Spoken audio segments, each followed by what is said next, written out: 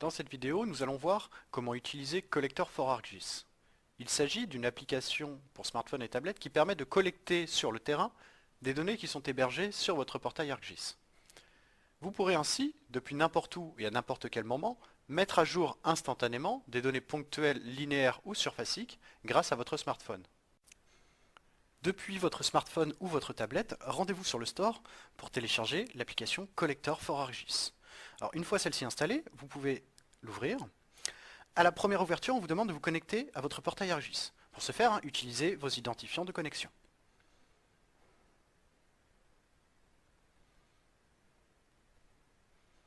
Appuyez ensuite sur « Se connecter ».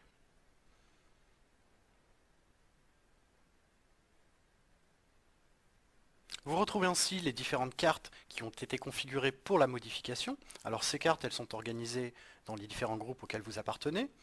Alors la précédente carte que j'ai créée, je l'avais partagée dans le groupe qui s'appelle Marketing Technique. Donc si je demande à afficher les cartes de ce groupe, je retrouve bien ici en bas à gauche la carte nommée Tutoriel. Alors pour ouvrir une carte web, très simple, il suffit d'appuyer dessus.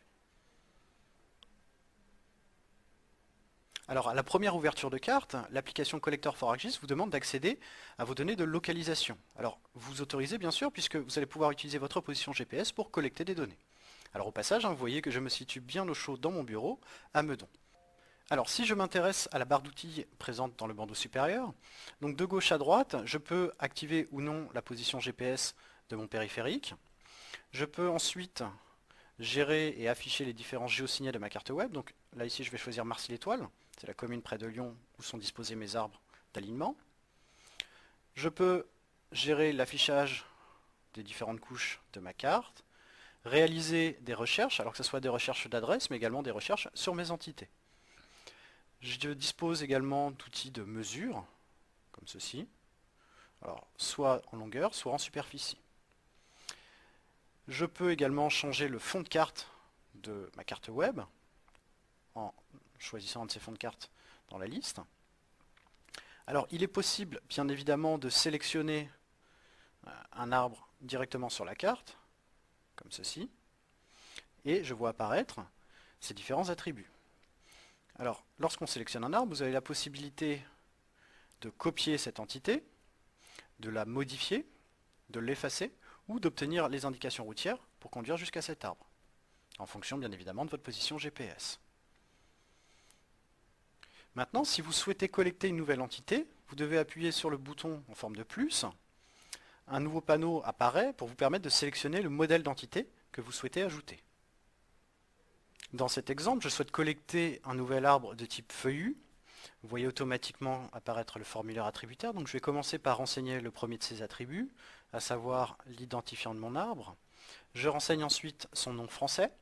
Vous voyez au passage que j'ai récupéré les domaines que j'ai créés lors de l'étape numéro 1. Sa localisation, cet arbre se situe sur un trottoir. Sa date de plantation, j'accède au calendrier de mon périphérique grâce au typage des champs. Donc cet arbre a été planté le 19 février 2012, mais j'avais oublié de le signaler. Ensuite sa hauteur, aujourd'hui il fait 10 mètres.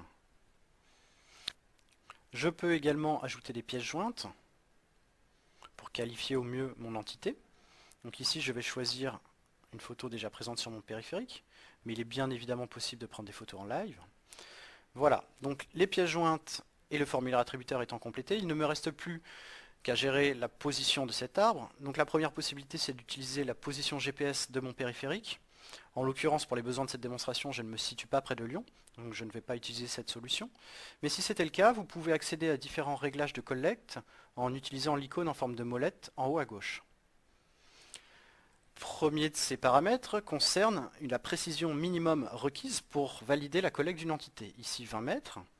A noter également que pour la collecte des lignes et des polygones, vous avez la possibilité de faire une collecte dite en mode continu et donc de définir l'intervalle de collecte des différents sommets, ici défini à 5 secondes.